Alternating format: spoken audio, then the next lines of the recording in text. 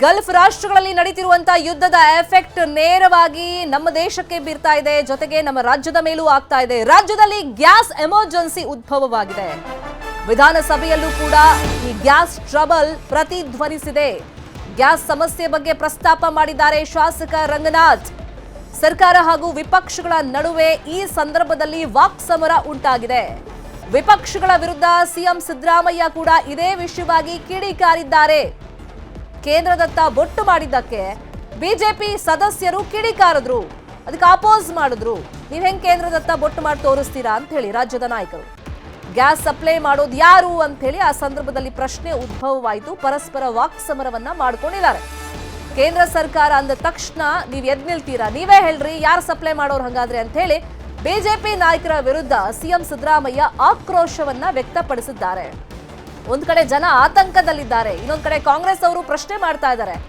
ಈ ಬಗ್ಗೆ ಕೇಂದ್ರ ಸರ್ಕಾರ ಒಂದು ಸ್ಪಷ್ಟತೆಯನ್ನ ಕೊಡಬೇಕು, ಜನರ ಆತಂಕವನ್ನ ದೂರ ಮಾಡಬೇಕು ಅಂತ ಹೇಳಿ ಸದನದಲ್ಲೂ ಇವತ್ತು ಆ ವಿಷಯ ಪ್ರಸ್ತಾಪ ಆಯಿತು. ಪ್ರಸ್ತಾಪ ಆಗ್ತಾ ಇದ್ದಂಗೆ ಕೇಂದ್ರ ಸರ್ಕಾರದತ್ತ ಬೊಟ್ಟು ಮಾಡಿ ಕಾಂಗ್ರೆಸ್ ನಾಯಕರು ತೋರಿಸ್ತಾ ಇದ್ದಂಗೆ ಬಿಜೆಪಿ ನಾಯಕರು ಆಕ್ರೋಶವನ್ನ ವ್ಯಕ್ತಪಡಿಸಿದ್ದಾರೆ. ಇದೇ ವಿಷಯವಾಗಿ ವಾಕ್ಸಮರ ಆಗಿದೆ.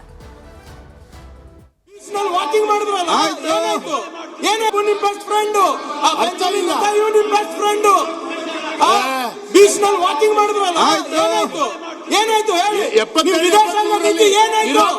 ಎಲ್ಲಿದ್ದಾರೆ ಮೋದಿ ಅವರು?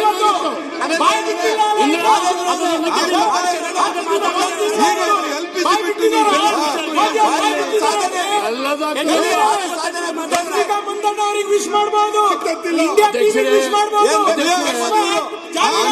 ಅದ್ರ ಬಗ್ಗೆ ಮಾತಾಡೋ ಯೋಗ್ಯತೆ ಇಲ್ಲ.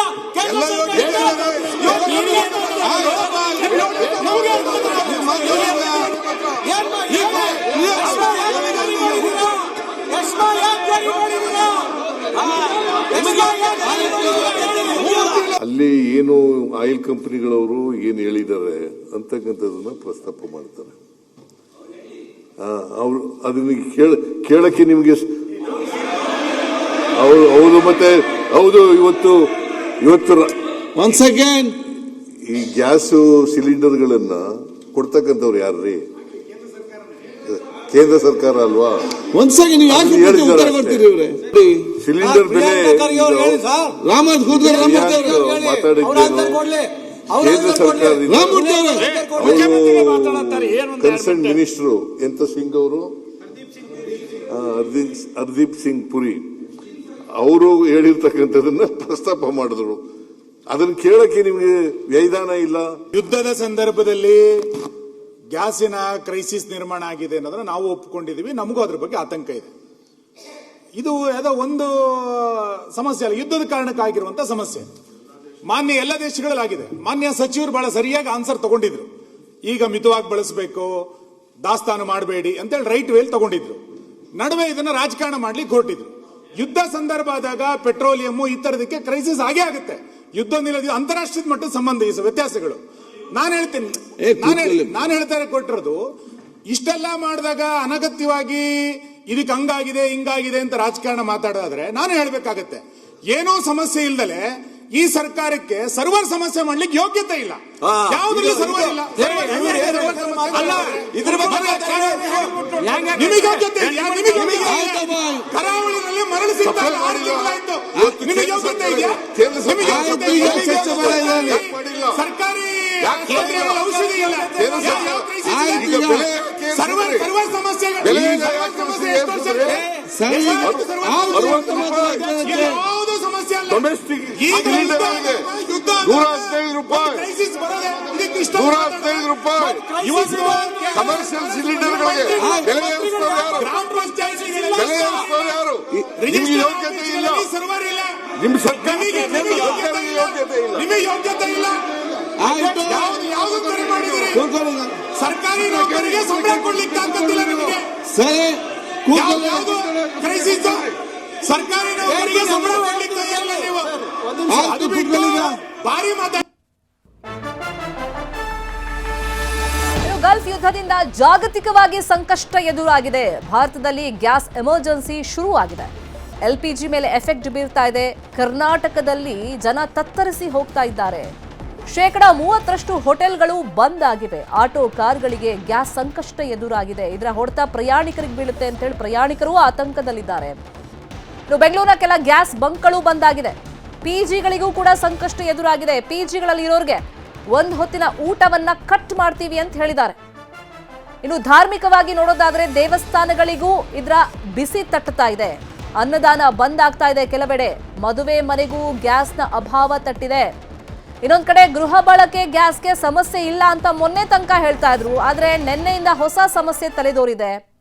ಅಂದ್ರೆ ಜನರು ಆತಂಕದಲ್ಲಿ ಬುಕ್ ಮಾಡ್ತಿರೋದ್ರಿಂದ ಸರ್ವರ್ ಸಮಸ್ಯೆ ಆಗ್ತಾ ಇದೆ. ಗೃಹ ಬಳಕೆ ಗ್ಯಾಸ್ ಸಿಲಿಂಡರ್ಗಳು ಕೂಡ ಈಗ ಬುಕ್ ಆಗ್ತಾ ಇಲ್ಲ. ಬುಕ್ ಮಾಡಿದವರಿಗೆ ಅದು ಡಿಲೇ ಆಗ್ತಿದೆ. ಹಾಗಾಗಿ ಜನ ಮನೆಯಲ್ಲಿ ನಾವಿನ್ನೇನ್ ಮಾಡೋದು ಮುಂದೆ ಗ್ಯಾಸ್ ಖಾಲಿ ಆದ್ರೆ ಅಂತ ಹೇಳಿ ಆತಂಕದಲ್ಲಿದ್ದಾರೆ. ಒಮ್ಮೆಲೆ 70% ಜಾಸ್ತಿ ಬುಕಿಂಗ್ ಮಾಡ್ತಿರೋದ್ರಿಂದನೂ ಸಮಸ್ಯೆಗಳಾಗ್ತಿದೆ ಅಂತ ಹೇಳಿ ಗ್ಯಾಸ್ ಏಜೆನ್ಸಿ ಅವರು ಹೇಳ್ತಾ ಇದ್ದಾರೆ. ಈ ಗ್ಯಾಸ್ ಸಮಸ್ಯೆ ಬಗ್ಗೆ ಯಾರ್ಯಾರು ಏನೇನು ಹೇಳಿದ್ದಾರೆ ನೋಡೋಣ. ಮೊನ್ನೆಯಿಂದನೂ ನಮಗೆ ಸೋಮವಾರದಿಂದನೂ ಸಪ್ಲೈಗಳು ಇಲ್ಲ ಅಂತ ಕಮರ್ಷಿಯಲ್ ಫಿಲ್ಲಿಂಗ್ ಸ್ಟಾಪ್ ಮಾಡಿದ್ದಾರೆ.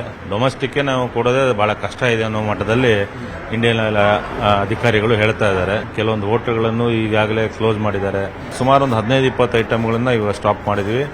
ನೆಕ್ಸ್ಟ್ ಇನ್ನೊಂದು ತುಂಬಾ ಐಟಮ್ಗಳು ಸ್ಟಾಪ್ ಮಾಡಬೇಕಂತ ಯೋಚನೆ ಮಾಡ್ತಾ ಇದ್ದೀವಿ. ಯಾಕಂದ್ರೆ ಎಷ್ಟೋ ಕಡೆ ಹೋಟೆಲ್ ಮಾಲೀಕರು ಕೂಡ ಪಿಜಿಗಳಿಗೆ ಟೈಅಪ್ ಆಗಿ ಪದಾರ್ಥ ಊಟದ ವ್ಯವಸ್ಥೆ ಮಾಡ್ತಕ್ಕಂಥದ್ದು ಇದೆ. ಸೊ ಹಾಗಾಗಿ ಎಲ್ಲೋ ಒಂದು ಹತ್ರ ನಮಗೂ ಕೂಡ ಇದ್ರ ಬಿಸಿ ತಡ್ತಾ ಇದೆ. ಏನು ಒಂದು ಮೆನುಗಳಲ್ಲಿ ಬದಲಾವಣೆ ಮಾಡಿಕೊಂಡು ಅಟ್ಲೀಸ್ಟ್ ಒಂದು ವಾರದವರೆಗೂ ತಳ್ತಕ್ಕದ್ದು. ಯಾಕಂದ್ರೆ ಖಾಲಿ ಆದ ತಕ್ಷಣ ಸಿಲಿಂಡರ್ ತಂದು ಕೊಡ್ಲಿಲ್ಲ ಅಂದ್ರೆ ಸೊ ಇರ್ತಕ್ಕಂಥ ಸಿಲಿಂಡರ್ನ ಸಮರ್ಪಕವಾಗಿ ಬಳಸ್ತಕ್ಕಂಥದ್ದು ಆಗುತ್ತೆ. ಒಂದು ವಾರಕ್ಕೆ ಬರ್ತಕ್ಕಂಥದ್ದನ್ನ ಇನ್ನೂ ಒಂದು 6 ದಿನ ಹೆಚ್ಚಿಗೆ ಅದನ್ನ ನಿಭಾಯಿಸಲಿಕ್ಕೆ ಏನೆಲ್ಲ ಕ್ರಮಗಳು ಬೇಕು ಅದನ್ನ ತಗೋಬೇಕು. 20 ಲೀಟರ್ ರೈಸ್ ಕುಕ್ಕರ್ ಇಂಥವೆಲ್ಲ ಎಲೆಕ್ಟ್ರಿಕಲ್ ಇಕ್ವಿಪ್ಮೆಂಟ್ ಸಿಗುತ್ತವೆ. ಸಣ್ಣ ನಿರ್ಧಾರಗಳನ್ನ ಈಗಾಗಲೇ ನಡೆಸ್ತಾ ಇದೀವಿ ಸರ್. ಕಾರಣ ಇಷ್ಟೇ ಸರ್, ಅಲ್ಲಿ ವಾರ್ ನಡೀತಾ ಇದೆ. ಈಗ ಸ್ಟಾಕು ಸರಿಗೆ ಬರ್ತಾ ಇಲ್ಲ. ನಮ್ದು ಪ್ಲಾಂಟ್ಗೆ ಹೋಗಿ 5 ದಿವಸ ಆಗಿದೆ, ಗಾಡಿ ಬಂದಿಲ್ಲ. ಇವರು ಆಟೋದವರು ಅರ್ಥ ಮಾಡ್ಕೊತಾ ಇಲ್ಲ. ಸುಮ್ನೆ ನಮ್ಮ ಮೇಲೆ ಹೋಗ್ಬೇಕು ಅಂತ ಸರ್, ನೀವು ಜಾಸ್ತಿ ಮಾಡ್ತೀರಾ ರೇಟ್ ಅಂದ್ಬಿಟ್ಟಂತ. ನಾವ್ ಹೆಂಗೆ ಜಾಸ್ತಿ ಮಾಡಕ್ಕಾಗತ್ತೆ ಹೇಳಿ, ನೀವೇ ಹೇಳಿ ರೇಟು. ಈಗ ನಮಗೆ ಸರಕು ಬಂದ್ರೆ ಸರಕು ಮೇಲೆ ಏನಿದೆ ಅದ್ರ ಮೇಲೆ ನಾವು ಇದು ಮಾಡಿ ಮಾಡ್ಬೋದು. ಸರಕೆ ಬಂದಿಲ್ಲ ಅಂದಾಗ ಹೊಸ ಸರಕು ಬಂದಾಗ ಅದ್ರ ಕ್ಯಾಲ್ಕುಲೇಷನ್ ಮಾಡಿ ಮಾಡಬೇಕಾಗತ್ತಲ್ವಾ. 4 ಸಿಲಿಂಡರ್ ಇದೆ. 4 ಸಿಲಿಂಡರ್ ಉಪಯೋಗಿಸ್ಕೊಂಡು ನಾವು ಪ್ರಸಾದ ತಯಾರಿಸ್ತೀವಿ. ಭಕ್ತಾದಿಗಳಿಗಂತ ಯಾವುದೋ ಪ್ರಸಾದ ನಿಲ್ಸಕ್ಕಾಗೋದಿಲ್ಲ, ಕೊಡಲೇಬೇಕು. ಅದಕ್ಕೆ ಖಾಲಿ ಆದ್ಮೇಲೆ ಬದಲಿ ವ್ಯವಸ್ಥೆ ನಾವು ಮಾಡಿಕೊಂಡು ಪ್ರಸಾದನ ತಯಾರು ಮಾಡ್ತೀವಿ. ಮುಂದಿನ ವ್ಯವಸ್ಥೆ ನಮ್ಮ ಆಡಳಿತ ಮಂಡಳಿ ಇದೆ, ಅವ್ರ ಜೊತೆ ಮಾತಾಡಿ ಯಾವ ತರ ನಾವು ಮುಂದೆ ಕ್ರಮ ಕೈಗೊಳ್ಳಬೇಕು ಅನ್ನೋದನ್ನ ಮಾತಾಡಿ ನಾವು ವ್ಯವಸ್ಥೆ ಮಾಡ್ತೀವಿ. ಸ್ವಲ್ಪ ಕಮ್ಮಿ ಪ್ರಮಾಣದಲ್ಲಿ ನಾವು ಕೊಟ್ಟು ಎಲ್ಲರಿಗೂ ಪ್ರಸಾದ ಸಿಗಂಗೆ ನಾವು ವ್ಯವಸ್ಥೆ ಮಾಡ್ತೀವಿ.